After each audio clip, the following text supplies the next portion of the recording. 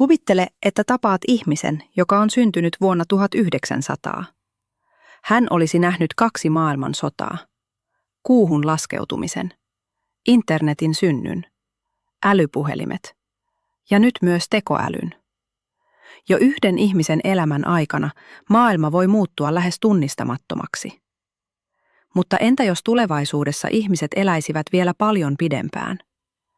Entä jos 100 vuoden ikä ei enää olisikaan poikkeus? Entä jos 120 vuotta olisi mahdollista? Tai jopa enemmän? Ajatus kuulostaa tieteiselokuvalta. Silti juuri nyt ympäri maailmaa tutkijat yrittävät ymmärtää yhtä ihmiskunnan vanhimmista arvoituksista. Miksi vanhenemme? Ja ennen kaikkea, voimmeko hidastaa sitä? Lähes jokainen meistä on joskus huomannut ajan kulun. Ensimmäiset harmaat hiukset, hitaampi palautuminen, silmälasien tarve, pienet muutokset, jotka kertovat, ettei keho ole enää aivan samanlainen kuin 20-vuotiaana. Pidämme vanhenemista luonnollisena, ja sitä se onkin. Mutta tiede on viime vuosina alkanut tarkastella asiaa uudesta näkökulmasta. Entä jos vanheneminen ei ole vain väistämätön kohtalo? Entä jos se on biologinen prosessi, jota voidaan ainakin osittain ymmärtää, ja ehkä joskus myös hidastaa? Kuulostaa uskomattomalta, mutta samaa olisi sanottu 100 vuotta sitten monista asioista, jotka ovat meille tänään arkipäivää.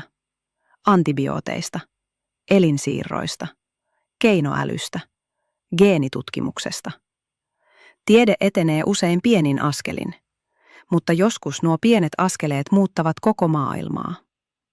Tässä jaksossa emme etsi ihmelääkettä ikääntymiseen, emmekä lupaa, että ihmiset eläisivät pian 150-vuotiaiksi. Sen sijaan tutkimme, mitä tiede tällä hetkellä todella tietää.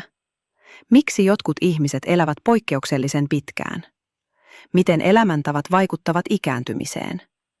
Ja mitä laboratoriossa tapahtuu juuri nyt, kun tutkijat yrittävät ratkaista yhtä ihmiskunnan suurimmista arvoituksista?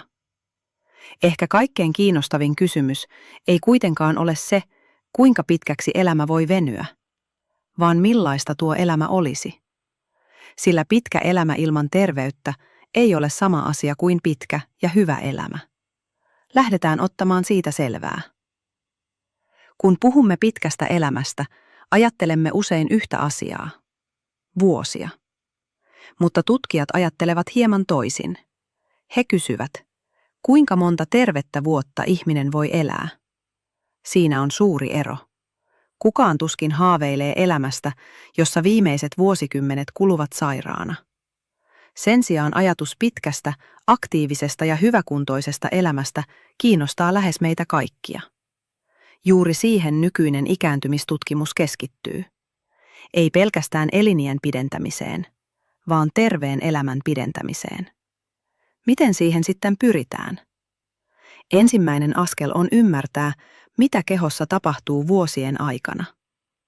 Jokainen solu kehossamme tekee valtan määrän työtä joka päivä. Se tuottaa energiaa, korjaa itseään, jakautuu ja pitää meidät toimintakykyisinä. Mutta ajan myötä näihin prosesseihin alkaa kertyä pieniä virheitä. Useimmat niistä korjautuvat. Osa ei. Vuosikymmenten aikana nuo pienet muutokset alkavat näkyä. Lihakset heikkenevät. Luusto haurastuu. Muisti voi hidastua. Ja sairauksien riski kasvaa.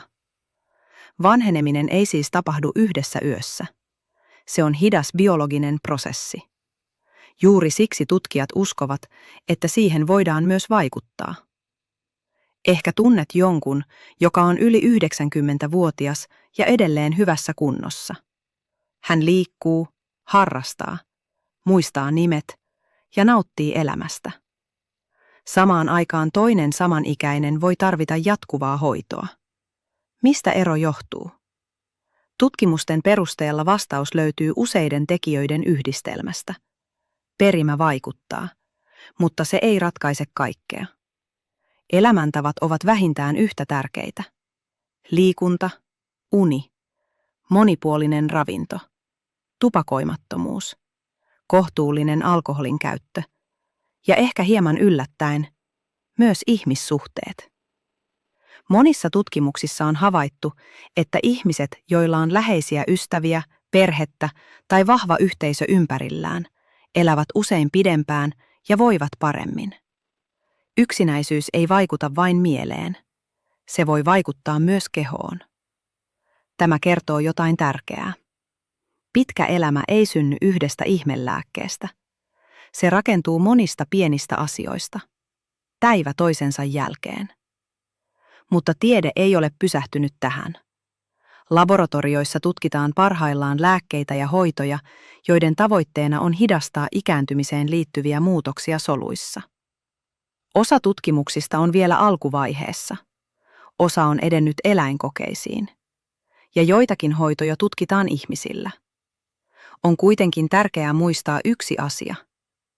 Tällä hetkellä ei ole olemassa hyväksyttyä hoitoa, joka pysäyttäisi tai poistaisi ikääntymisen. Tutkimus etenee, mutta varmoja vastauksia ei vielä ole. Silti suunta on kiinnostava.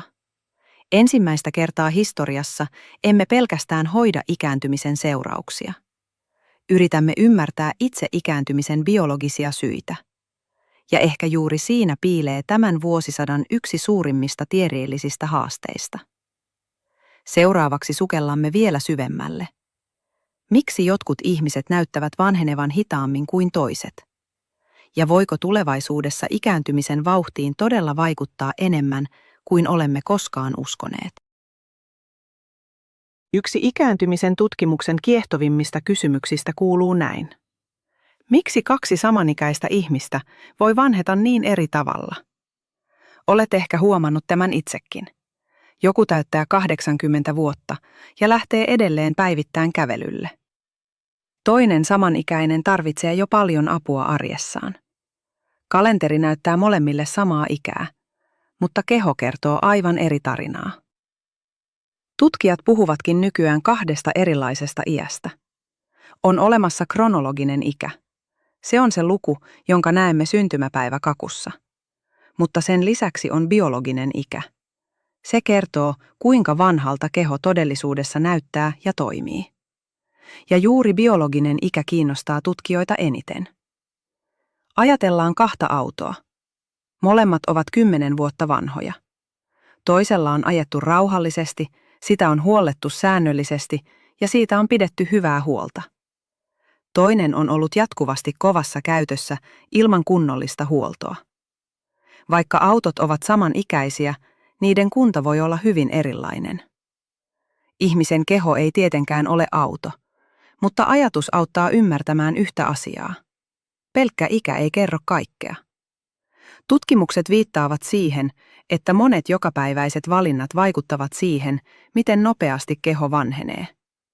Riittävä uni, säännöllinen liikunta, monipuolinen ravinto, stressin hallinta ja sosiaaliset suhteet. Ne eivät pysäytä aikaa, mutta ne voivat vaikuttaa siihen, miten hyvin elimistö selviytyy vuosien mukana. Samaan aikaan laboratorioissa tutkitaan yhä tarkemmin sitä, mitä soluissa tapahtuu ikääntymisen aikana. Miten solu korjaa vaurioita? Miksi tämä korjaus hidastuu iän myötä? Ja voisiko tätä prosessia joskus tukea lääkkeillä tai uusilla hoitomuodoilla? Viime vuosina on puhuttu paljon myös geenitutkimuksesta. Tutkijat ovat löytäneet geenejä, jotka näyttävät liittyvän pitkään elinikään. Mutta kuva ei ole yksinkertainen. Ei ole olemassa yhtä pitkän elämän geeniä. Perimä antaa lähtökohdat. Elämäntavat ja ympäristö vaikuttavat siihen, miten nuo lähtökohdat toteutuvat. Ehkä kaikkein kiinnostavin ajatus on tämä. Entä jos tulevaisuudessa lääkärissä ei mitattaisikaan pelkästään verenpainetta tai kolesterolia? Entä jos voitaisiin arvioida myös biologista ikää entistä tarkemmin? Ja sen perusteella antaa yksilöllisiä neuvoja siitä, miten terveyttä voisi tukea juuri sinun tilanteessasi. Olemme vielä kaukana siitä, että tällainen olisi arkipäivää. Mutta tutkimus kulkee tähän suuntaan. Tavoitteena ei ole tehdä ihmisistä kuolemattomia. Tavoitteena on auttaa ihmisiä elämään terveempinä pidempään. Ja sillä voisi olla valtava vaikutus koko yhteiskuntaan. Ajatellaan hetki. Jos ihmiset pysyisivät hyväkuntoisina vielä 80-vuotiaina tai 90-vuotiaina, miten se muuttaisi työelämää, perheelämää, harrastuksia tai sitä, miten ajattelemme vanhuudesta? Ehkä kaikkein suurin muutos ei olisikaan se, että eläisimme pidempään, vaan se, että voisimme elää pidempään hyvää elämää. Seuraavaksi pohdimme, mitä tapahtuisi koko yhteiskunnalle, jos terve elinikä todella pitenisi merkittävästi. Se on kysymys, johon ei ole vielä valmista vastausta. Mutta sen vaikutukset voisivat olla suuremmat kuin osaamme edes kuvitella. Kuvitellaan hetkeksi, että tiede onnistuu tavoitteessaan. Ei niin, että ihmiset eläisivät ikuisesti, vaan niin, että yhä useampi voisi elää terveenä yli 100 vuoden ikään. Mitä silloin tapahtuisi? Ensimmäisenä muuttuisi luultavasti käsityksemme elämästä. Tänä päivänä moni ajattelee elämän kulkevan melko saman kaavan mukaan.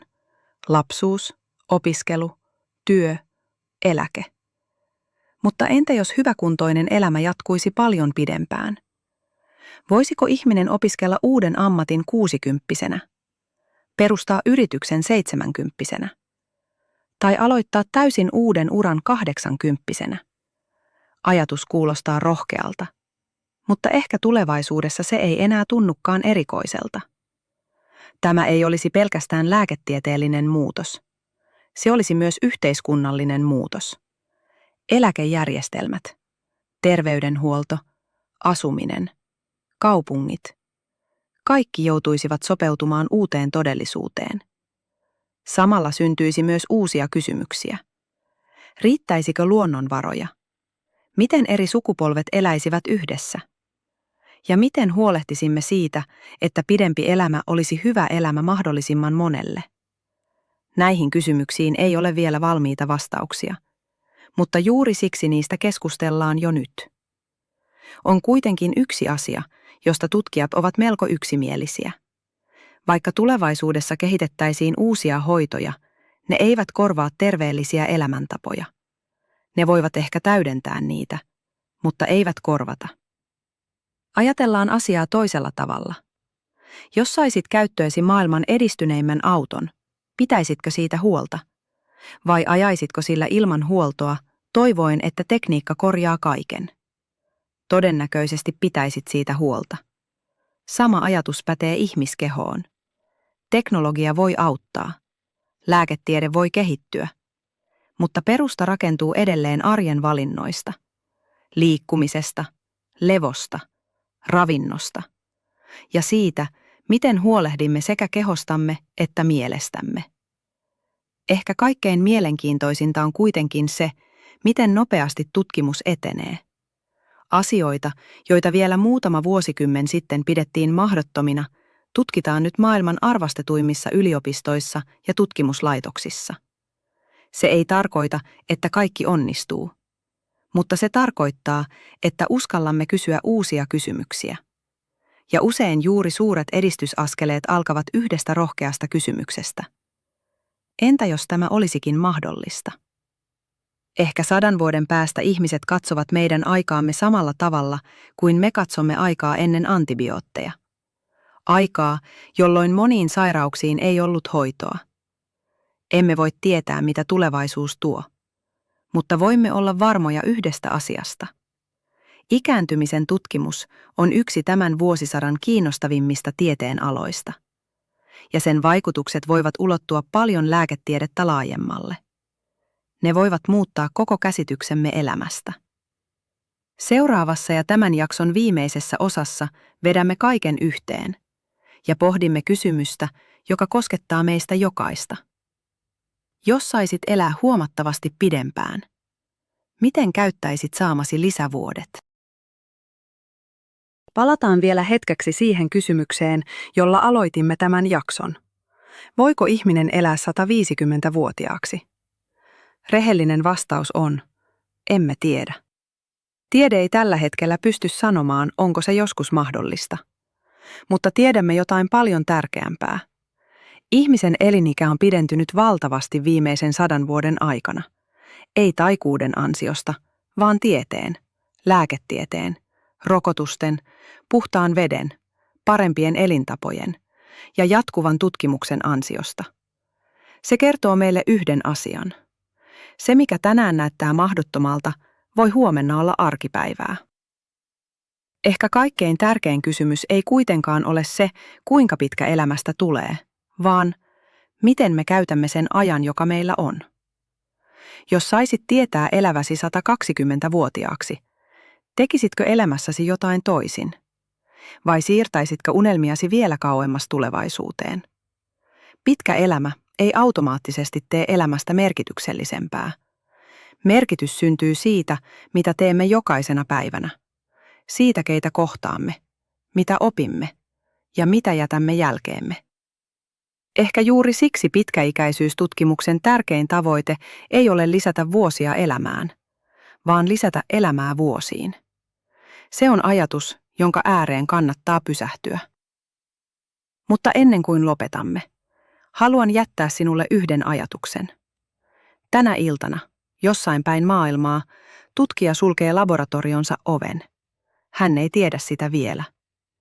Mutta ehkä juuri hänen tekemänsä tutkimus vie meidät yhden askeleen lähemmäksi läpimurtoa, joka muuttaa lääketiedettä. Suuret muutokset eivät yleensä ala otsikoista. Ne alkavat hiljaa. Yhdestä kokeesta. Yhdestä ideasta. Yhdestä ihmisestä, joka uskaltaa kysyä, entä jos? Ja nyt haluan kertoa, mistä puhumme seuraavassa jaksossa. Se voi kuulostaa vieläkin uskomattomammalta. Tuhansien vuosien ajan ihminen on katsonut yötaivaalle ja kysynyt yhden kysymyksen. Olemmeko koskaan siellä? Nyt tuo kysymys ei enää kuulu vain kirjailijoille tai elokuvien käsikirjoittajille. Sitä pohtivat insinöörit, tutkijat, avaruusjärjestöt ja yksityiset avaruusyhtiöt. Seuraavassa jaksossa kysymme, onko Mars todella ihmiskunnan seuraava koti? Kuinka lähellä olemme ensimmäisiä pysyviä siirtokuntia toisella planeetalla? Millaisia haasteita meidän pitäisi ratkaista ennen sitä? Ja ennen kaikkea, mitä tapahtuisi ihmiskunnalle, jos onnistuisimme rakentamaan elämää maapallon ulkopuolelle? Se ei ole enää pelkkää tieteiskirjallisuutta. Se on suunnitelma, jonka eteen tehdään työtä juuri nyt. Minä olen ollut oppaanasi tässä matkassa. Kiitos, että kuuntelit Huominen podcastia. Ja muista, jokainen suuri huominen alkaa yhdestä pienestä oivalluksesta tänään. Nähdään seuraavassa jaksossa.